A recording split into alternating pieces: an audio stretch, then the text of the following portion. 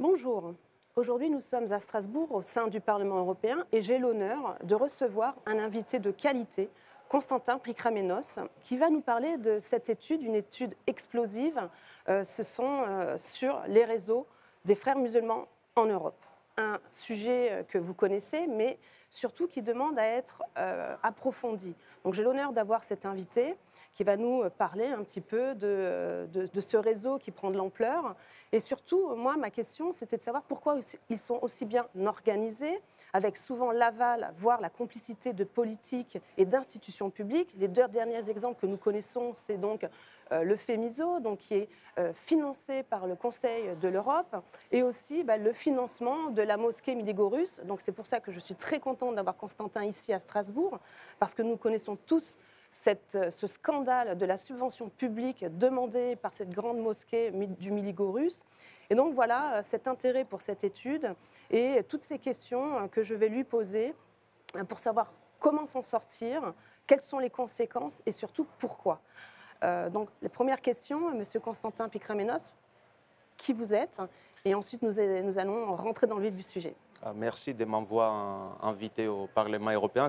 C'est la première fois pour moi et je suis directeur d'études d'un cabinet d'études qui s'appelle CP Consulting, spécialisé sur les questions turques, sur l'islam politique, sur les frères musulmans bien sûr, les Moyen-Orient et l'Afrique du Nord. On a fait l'étude, pourquoi? Parce que l'actualité est lourde, parce que la situation, si vous voulez, au niveau européen est précaire et grave par rapport au communautarisme propagé par les frères musulmans. Et on a vu que récemment, il y avait un autre rapport qui est sorti du Centre de documentation sur l'islam politique qui est basé à Vienne et par des grands spécialistes des frères musulmans. Et on voit bien que l'actualité justifie, si vous voulez, la préparation d'une étude approfondie et bien détaillée. D'accord, je vous remercie. C'est vrai qu'on apprend beaucoup de choses quand vous signalez effectivement qu'il y a une convergence idéologique entre Miligorus et les frères musulmans. Ça devrait nous alerter, nous, élus locaux, et surtout la préfecture. Moi, je sais qu'en 2017, j'avais déjà alerté le préfet qui m'a tout de suite dit que pour lui, le Miligorus n'était pas un problème. Donc c'est vrai que c'est très intéressant. Et puis je vais vous poser une première question. Quelles sont les structures de l'islam politique en Europe aujourd'hui? Alors, l'islam politique, si vous voulez, est monopolisé aujourd'hui par les frères musulmans d'un côté, d'origine arabe, si on peut le dire, et les Miligorus de l'autre côté, d'origine turque. Les frères musulmans arrivent en Europe dans les années 60, en Autriche et à Munich, avec Saïd Ramadan. Saïd Ramadan, pour la petite anecdote, est le père de Tariq et Hani Ramadan. Hani Ramadan, il est basé à Genève. Tariq Ramadan, il avait des problèmes avec la justice française. Il attend toujours son procès. Voilà. Et donc, ça, c'est la première génération des étudiants, si vous voulez, de la petite bourgeoisie égyptienne. Et petit à petit, on a des Maghrébins et on a des Syriens. Et aujourd'hui, on se trouve dans une situation où on a une fédération qui s'appelait jusqu'à 2020 Fédération européenne des organisations islamiques et depuis 2020 s'appelle Conseil des musulmans d'Europe. Et bien sûr, on a des branches jeunesse et des branches faites pour les femmes. On a des branches pour des étudiants. Et à partir de ce réseau, il y a des structures nationales avec la France qui accueille la plus grande communauté musulmane, d'avoir aussi la plus grande structure des frères musulmans. On a aussi ce qu'on appelle des institutions spécialisées. Ça veut dire l'Institut européen des sciences humaines. C'est une école de formation pour des imams. On a aussi l'Institut européen pour les fatwas et la prédication qui se trouve à Dublin, en Irlande. Et on a aussi eu un réseau des ONG qui sont plutôt, si vous voulez, spécialisés sur la campagne contre la islamophobie et le racisme envers les musulmans. Oui. Voilà, tout ça au niveau Europe. C'est déjà une très grosse structure bien mise en place depuis des années et qui continue à se développer. Ça fera sans doute l'objet Oui, il possède le savoir-faire parce que, si vous voulez, c'est la survie des frères musulmans est basée sur les taqiyya. Et ouais. Taqiyya, ça veut dire dissimulation. Est basée sur le travail sur le terrain, aide humanitaire, formation des écoles. Et c'est une stratégie à long terme. Vous savez, on dit que les gouvernements font un planning sur les 4 ans. C'est le mandat d'un gouvernement. Les services secrets, ils font un calcul sur les 10 ans. Et les religions, ils font un calcul sur des siècles. Et des siècles. Alors, il y a la patience. Oui.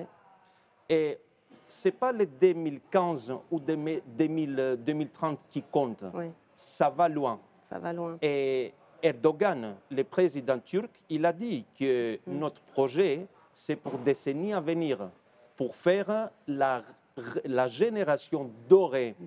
Et qui sera conservatrice, qui sera libérale côté marché, mais c'est un projet qui va prendre du temps et qui va petit à petit, étape par étape. C'est intéressant. Donc, pour les gouvernements, si vous voulez, ils se trouvent coincés parce qu'il y a les calculs électoralistes, c'est ça. Il y a des calculs et il ne faut pas provoquer parce qu'on a besoin de la paix sociale.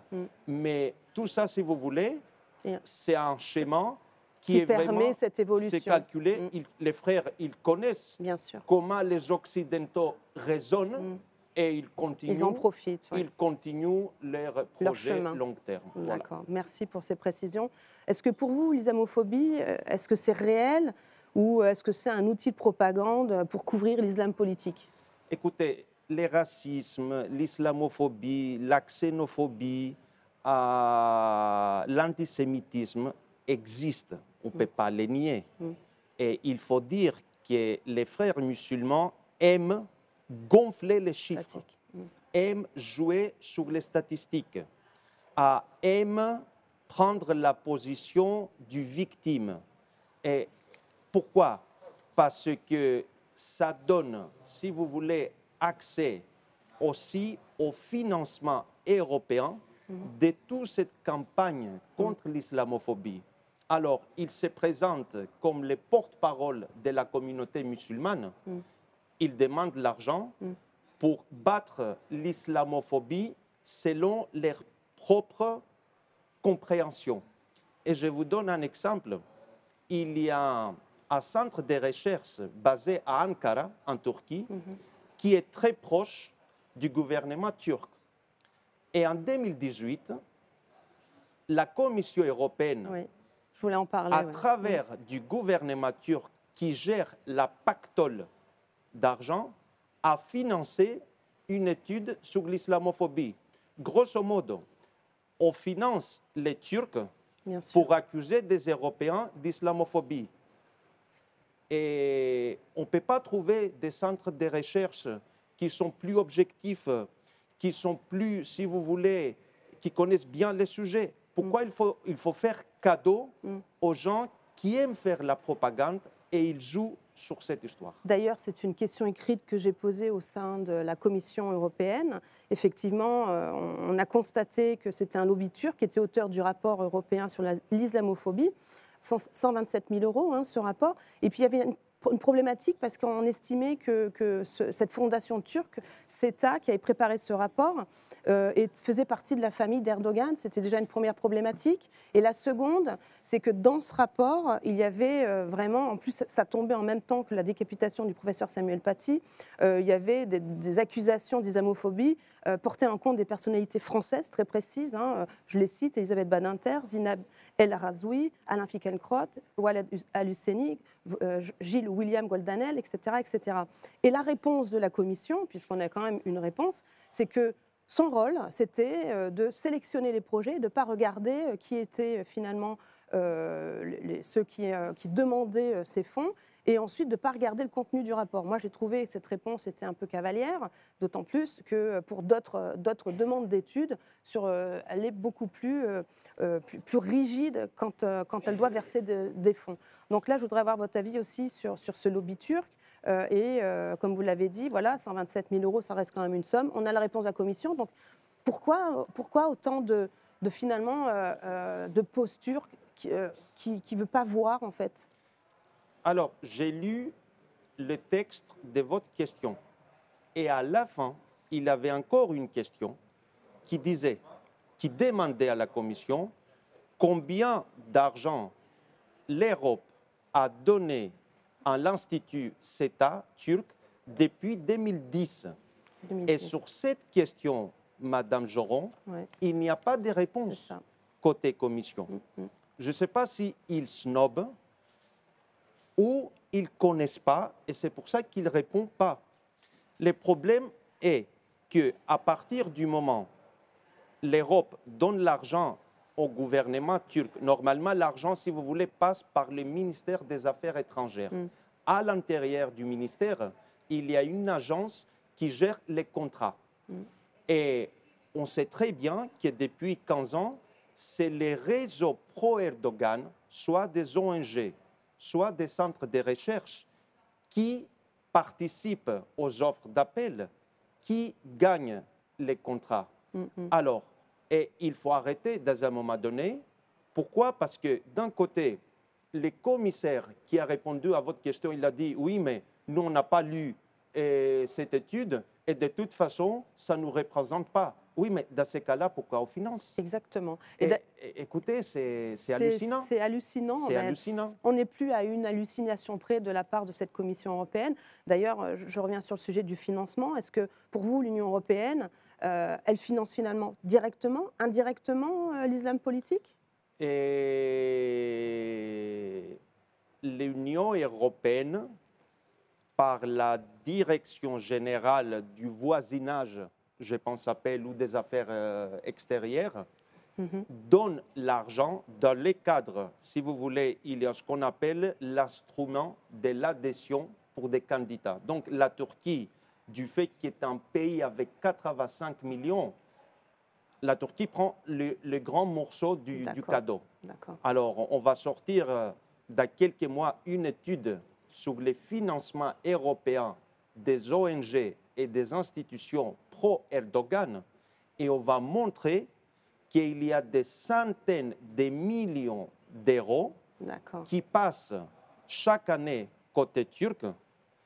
Il n'y a pas d'audit, il n'y a pas de contrôle d'Union européenne. Si vous voulez, c'est vraiment porte ouverte pour les Turcs, pour l'utilisation de ces fonds. Et ce qui est intéressant, que je vous donne juste un exemple. Vous connaissez l'Erasmus+. Oui, je voulais en venir. L'Erasmus+, qu'est-ce que c'est? Si vous voulez, la Turquie participe parce qu'elle a le statut de candidat, ok, très bien. Alors, pour l'Erasmus+, il y avait une ONG turque qui était proche de la famille d'Erdogan, et elle a fait un lien avec une ONG européenne dans le cadre d'échanges. Mais Madame Joron, l'ONG européenne, c'est une ONG turque qui est basée en plus à Strasbourg. En fait, c'est les Turcs qui viennent visiter leurs cousins, et c'est les cousins qui vont au pays pour visiter la famille. Et tout ça, on l'appelle Erasmus+. C'est effrayant. D'ailleurs, on a posé cette question, on a une réponse. C'est effrayant parce que sur une période de 2014 à 2020, 76 000 étudiants turcs ont bénéficié de cette action, ce qui a coûté pour cette période un budget de 276 millions d'euros.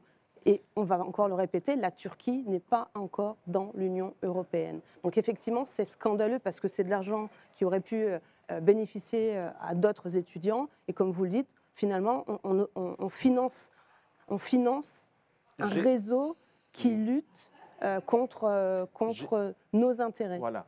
Pour l'étudiant turc qui a 18 ans, qui a 20 ans, qui veut venir découvrir l'Europe, je ne suis pas contre un principe.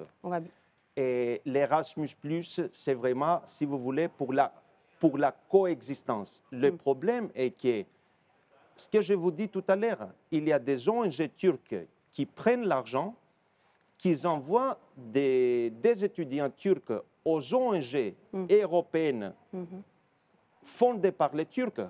Alors, c'est un cercle vicieux et l'argent tourne entre eux. Et je ne vous parle pas de l'argent que l'Europe donne pour la recherche militaro-industrielle turque. Peut-être on peut faire une autre discussion avec l'occasion de la publication de l'étude de quelques mois. D'accord. Mais c'est un scandale, si vous voulez, politique qui dure presque 15 ans aujourd'hui. Je vous remercie pour ces précisions. Je crois qu'on doit rendre l'antenne. Pour conclure, en tout cas, merci beaucoup. C'est très intéressant. Merci aussi. Cette étude très riche que je diffuserai sur mes réseaux sociaux. Encore merci, M. Picramenos. Pour conclure, un petit mot d'espoir. Alors, non, je voudrais dire que l'Autriche, depuis 1 an, elle a pris une décision politique. Ça veut dire, ils considèrent les frères musulmans une organisation terroriste. Alors, ils disent, si on commence à fermer des ONG, des associations, dans un mois, ils vont faire une autre. Donc, on ne va pas jouer ce jeu. Alors, qu'est-ce qu'ils ont dit? Première étape, frères musulmans, organisation terroriste. Deuxième étape, s'il y a des associations qui font la promotion de la littérature, ça veut dire des livres des fondateurs des frères musulmans, tout de suite, on va pénaliser côté finance et côté aussi code pénal les dirigeants des associations. Alors, en Europe, au niveau européen, il y a une liste où on met des organisations terroristes. Par exemple, on dit l'aile militaire du Hamas et le PKK kurde. Il faut alors considérer les frères musulmans comme une organisation terroriste et à partir de ça, il faut commencer à voir qui fait l'apologie, qui promouvoit des idées et cibler des gens, des dirigeants qui font vraiment cette propagande. Pas n'importe qui, parce que si tu attaques n'importe qui, tu donnes raison aux gens qui disent « Eh, c'est ça l'islamophobie alors ». Vous voyez, il faut vraiment filtrer et cibler sans rien d'autre. Merci beaucoup. Merci aussi.